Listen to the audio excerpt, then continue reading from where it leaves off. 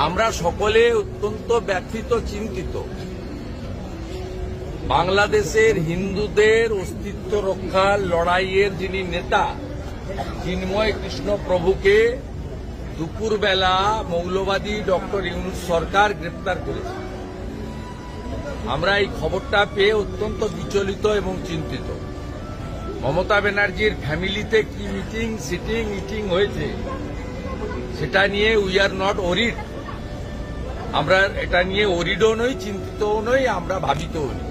আমরা সকলে ভাবিত বাংলাদেশে হিন্দুদের অস্তিত্ব রক্ষার যে লড়াই চলছে তার প্রধান মুখ চিন্ময় কৃষ্ণ প্রভু, তাকে মৌলবাদী ডক্টর ইউনূসের সরকার একটু আগে গ্রেপ্তার করেছে।